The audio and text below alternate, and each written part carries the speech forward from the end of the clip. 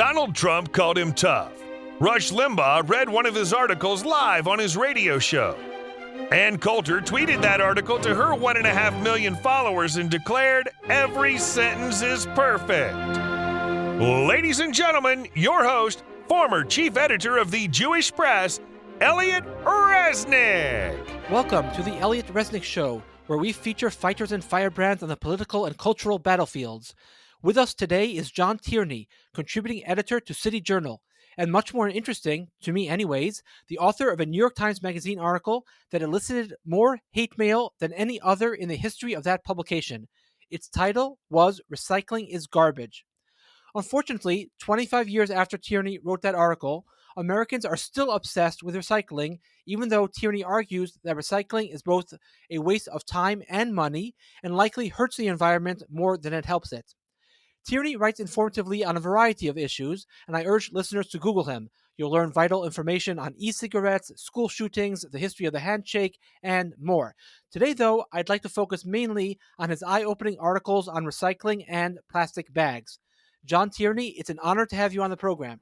Thanks, Elliot. It's great to be here. Let me begin by asking you to elaborate on something you wrote recently. We often hear environmentalists decrying the amount of plastic that's dumped into the ocean. You write, though, that if you want to help solve this problem, you should throw your plastic into the garbage rather than recycle it. That seems pretty counterintuitive. Explain if you would. We feel guilty about the plastics in the ocean, but they don't really come from the United States, from our trash. The vast majority of plastic waste in the ocean comes from Asia, and it comes from countries that don't have good waste processing facilities, and they allow plastic to leak out of the waste stream into rivers, and then it ends up in the ocean. And so the problem is when you put something in the recycling bin, some of that, there's very little market for most recyclables in the United States, and they've been shipped overseas. So you're basically shipping it to a country that is not going to handle it nearly as well as we would. So it ends up going into a river and then into the ocean. Whereas if you put it in the trash, it goes probably to a local landfill and perhaps an incinerator. But that way it just is safely in the ground. It's not going to disturb the oceans or any of the creatures in it. It's one of these things that just feels good and kind of touches some feeling we have that we're being sinfully wasteful and that we should be conserving this and not throwing it away. But in fact, it's really better for the environment and for us to put it in the trash. One major argument for recycling is that there isn't enough space in landfills for all of our garbage.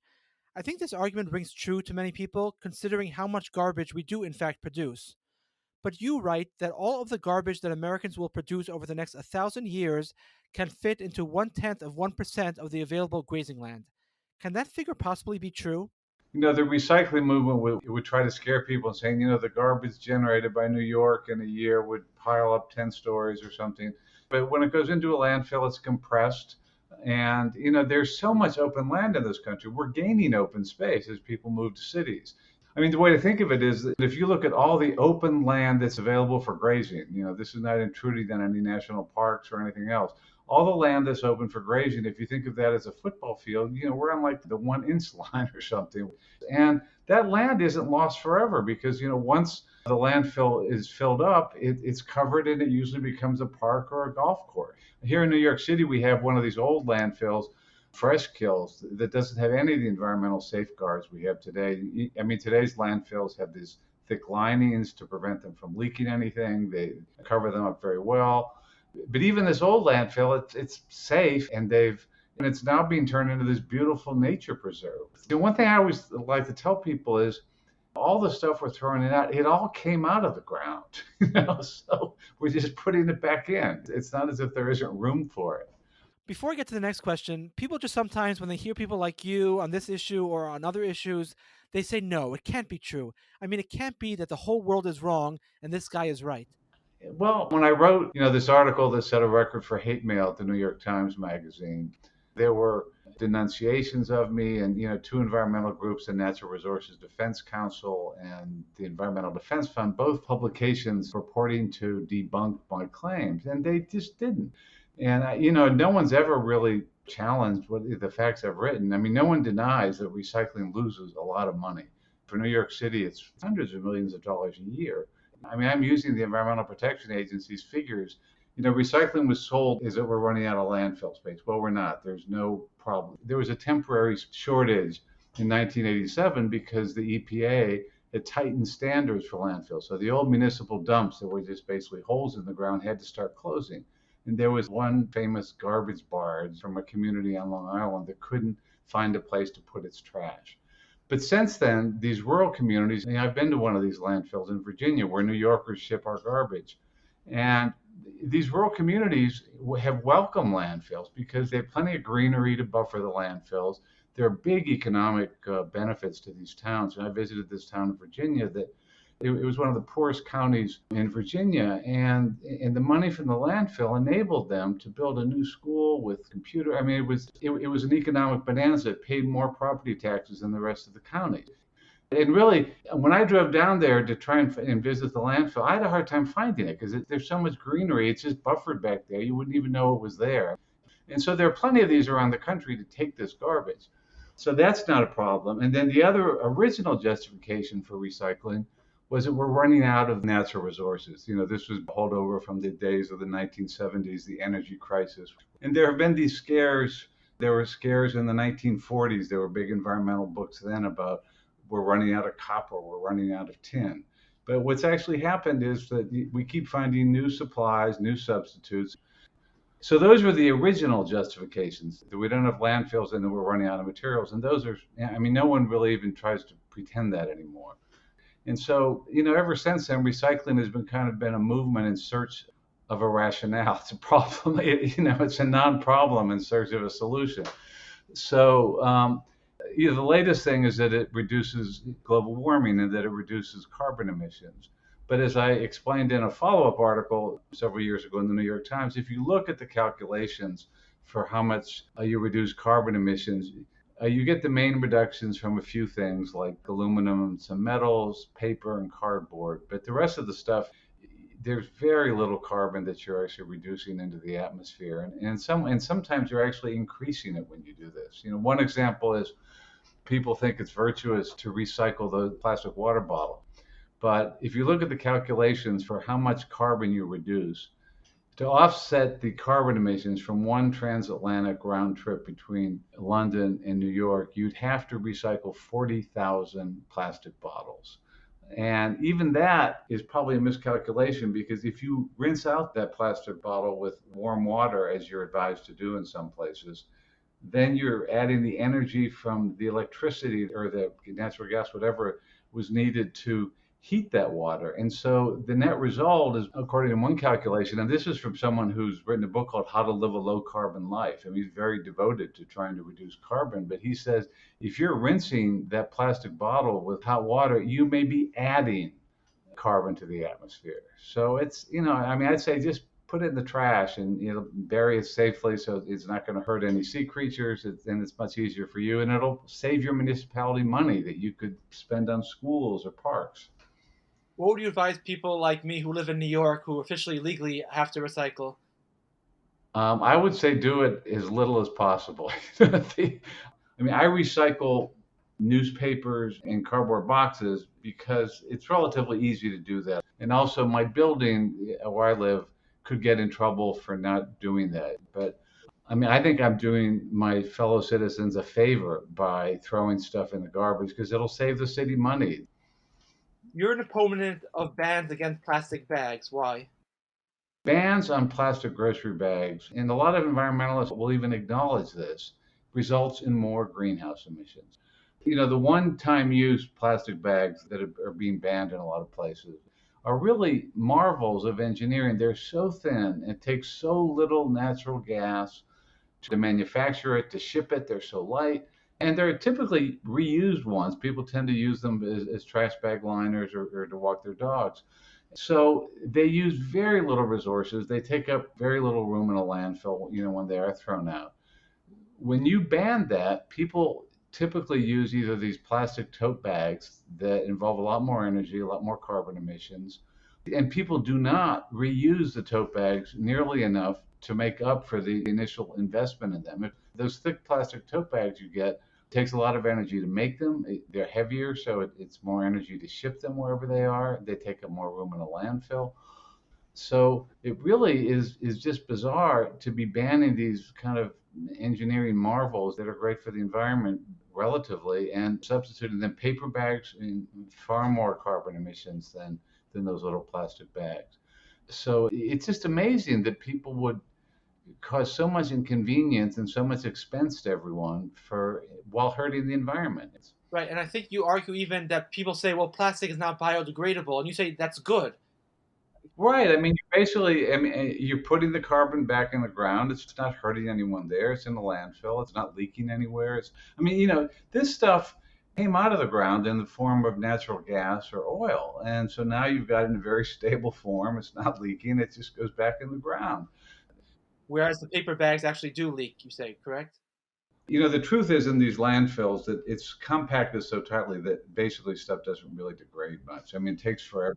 Here in these old fashioned dump, there have been some garbologists who went into our big dump here at Fresh Kills in New York, and they found they could still read newspapers from, a century ago, I think. It doesn't really biodegrade even, but it's just, I find that this aversion to plastic, I find it inexplicable. I mean, I see like places like California, I think, banned those little plastic shower shampoo bottles in hotels. They're such a convenience to people. Why would you sit around and ban this?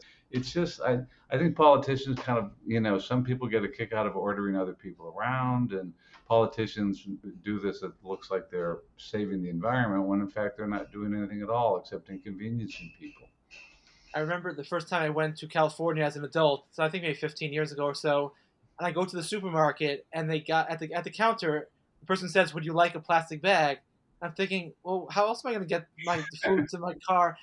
And like, I was the first time in my life where I had this feeling like we grow up to think that the modern world we're always progressing, right? There's Middle Ages, and then there's modern world and new scientific inventions and technology. This is the first time in my life I felt like we were going a step backwards. Yeah. You go to the supermarket and you can't have bags to take you back to the car. And I was saying, what kind of world do I live in?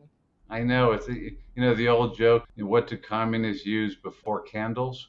And the answer is electricity. You have these movements that just set us backwards. The funny thing about plastic, I did another article for City Journal, but in praise of the throwaway society, which has become a term in the last few decades. The throwaway society, a terrible thing. We're throwing this away. But when this began, it really began a century ago. And the whole idea of throwaway products was this considered this miraculous advance. And it was actually a public health crusade because, people at drinking fountains, they used to be a tin cup that was attached to a chain, and everybody would drink from the same tin cup. And public health officials launched a big campaign saying, this is terrible. It's spreading tuberculosis, and there were analyses about all the bacteria and other pathogens you found on these cups. And so Dixie cups was this great technological advance that you had a disposable cup. And this was in the early 1900s. And then when the Spanish flu pandemic happened, that's really when the Dixie cups and these other people really appreciated the benefits of throwaway products. And of course, we rediscovered that during the pandemic, because there have been these studies that these tote bags that people take to the groceries, you're supposed to wash them every time you use them because they get bacteria from juice from the meat and things like that.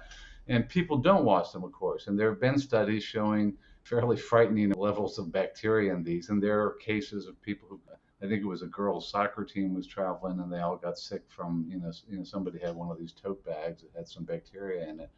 So we're rediscovering during the pandemic what people realized a century ago, that these plastic products were actually much cleaner, much healthier for people. And they had so many other benefits, plastic. It was really considered miraculous when cellophane came out. The plastic, it keeps things fresher longer. It actually prevents waste. In that recycling article, I cited a statistic that the average household in Mexico City throws out more food than the average American household because they had less plastic packaging to keep this going. It amazed me when I did that original piece on recycling. I went to this public school where these elementary students were being proselytized about they had to recycle everything. And there was an activist from an environmental group who was the guest lecturer during their science class.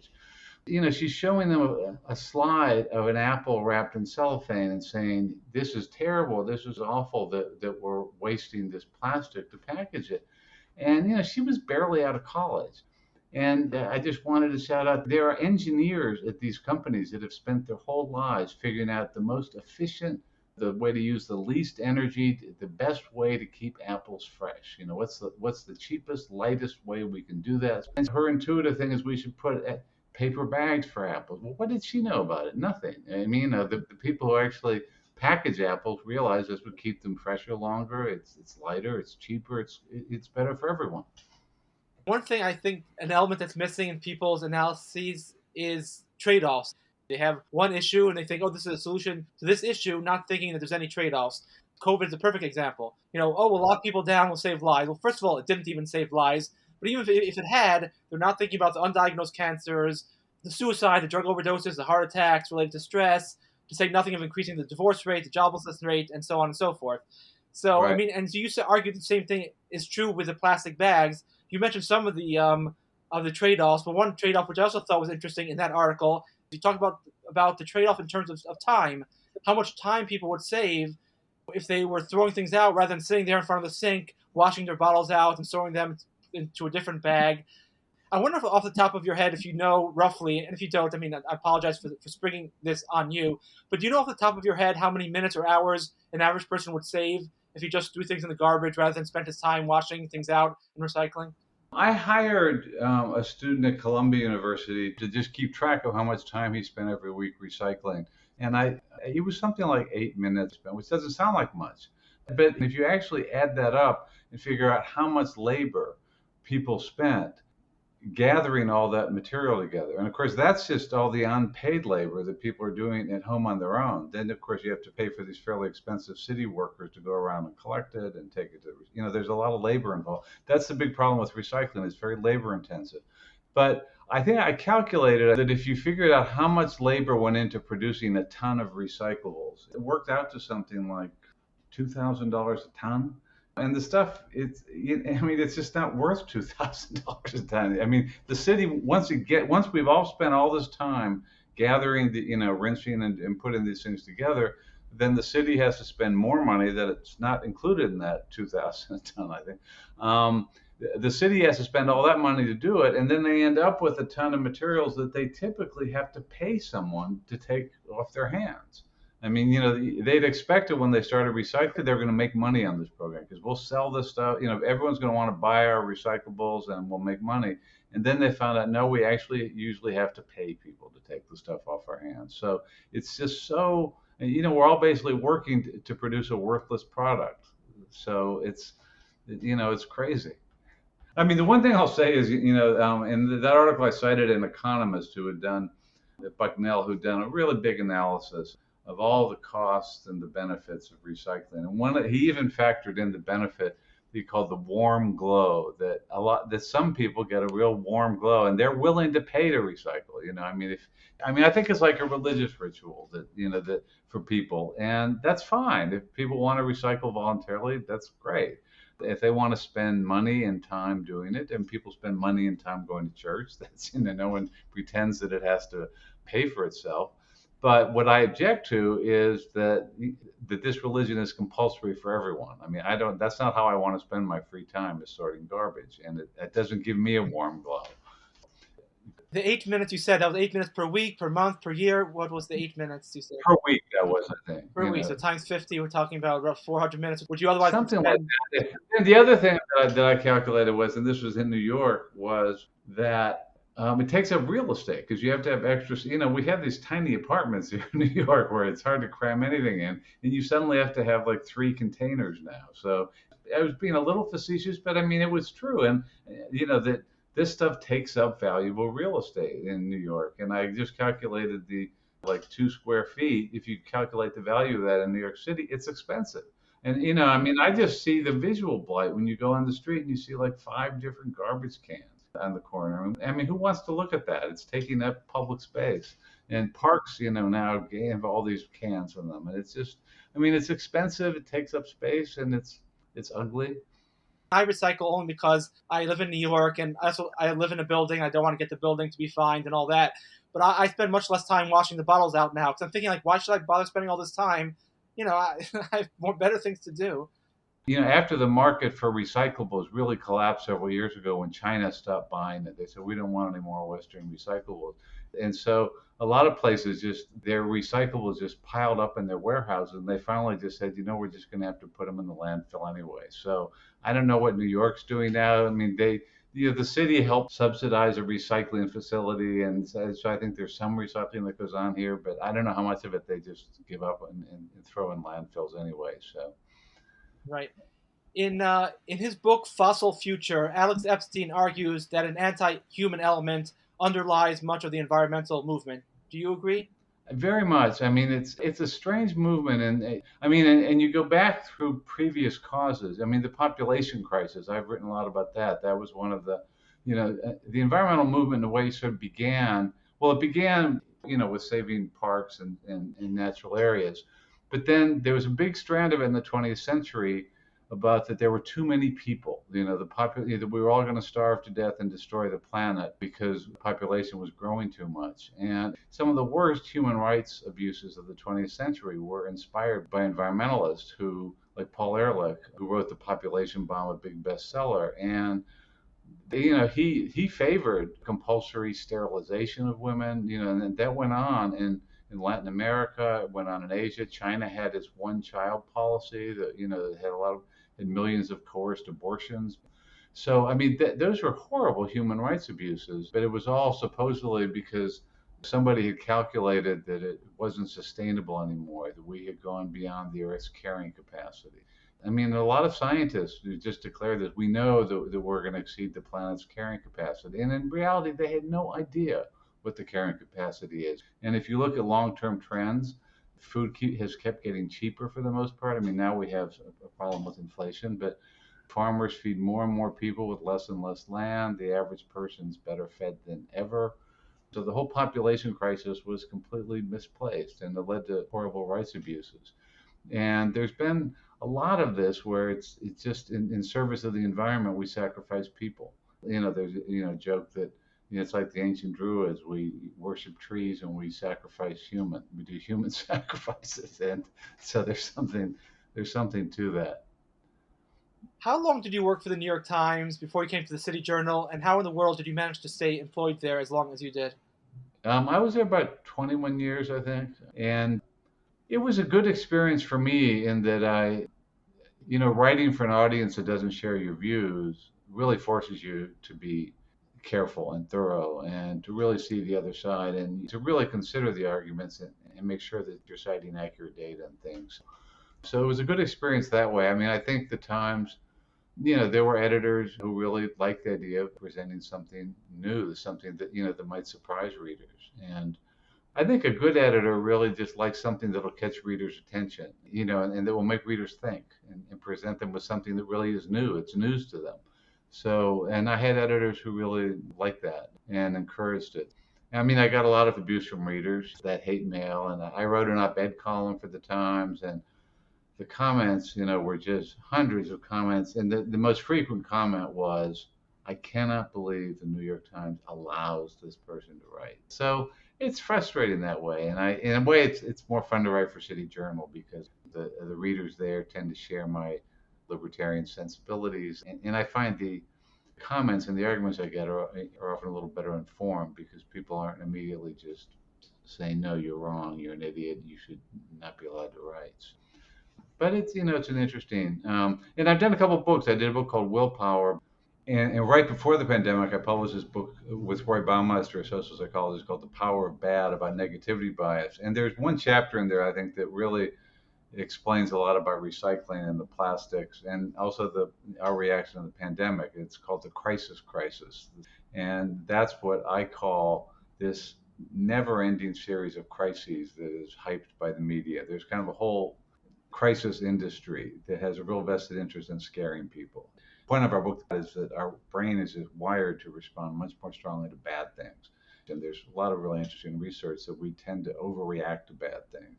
There's a whole industry that we call the merchants of bad who really just kind of tweak that and just constantly get our attention by scaring us. So that was the thing with the start of the recycling movement. Oh my God, there's no place to bury our trash.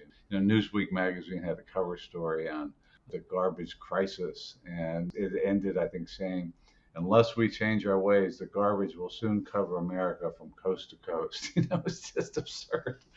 And I've spent a lot of my career, before I was at the Times, I wrote for science magazines. I was a freelance writer and for Discover and for Science 86 magazine, all these. And a lot of what I ended up doing was I kind of found this niche as a debunker of crises, going back to, there was going to be a cancer epidemic in the 80s. That was a huge thing, that all these synthetic chemicals were going to create a big and that it kind of started with Rachel Carson in Silent Spring, predicting there'll be vast waves of cancer because of pesticides.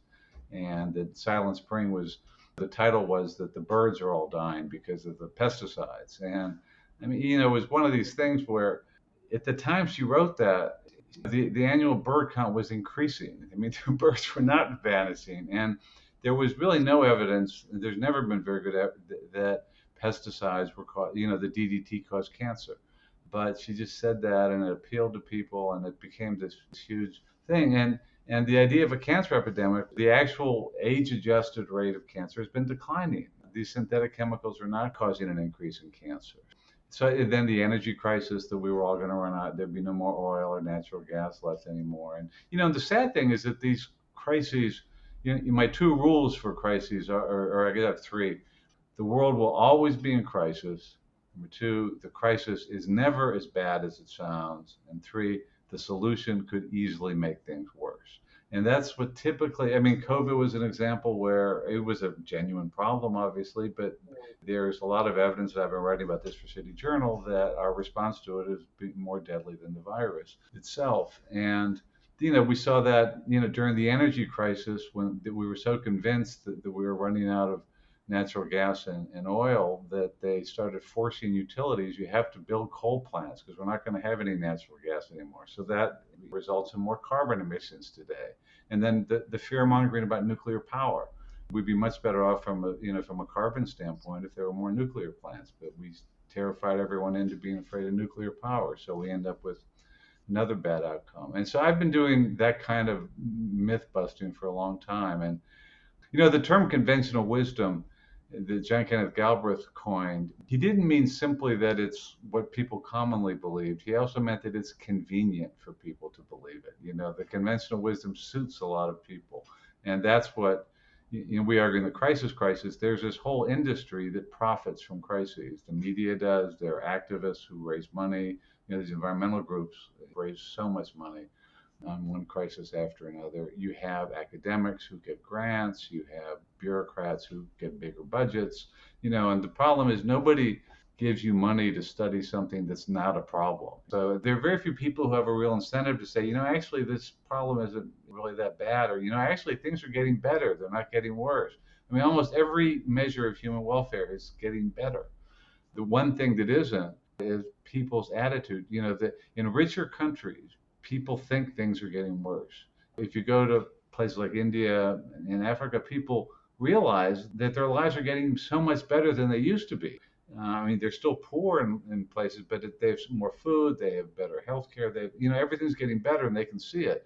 But rich countries are convinced the world's going to hell, even though by every measure of longevity, of health, things are getting better, but we just don't want to believe that. And there are these merchants of bad who exploit our fears, and they tell us that the plastic bag is killing marine mammals, that our garbage is going to bury us, that we must do all these rites of atonement for our sins.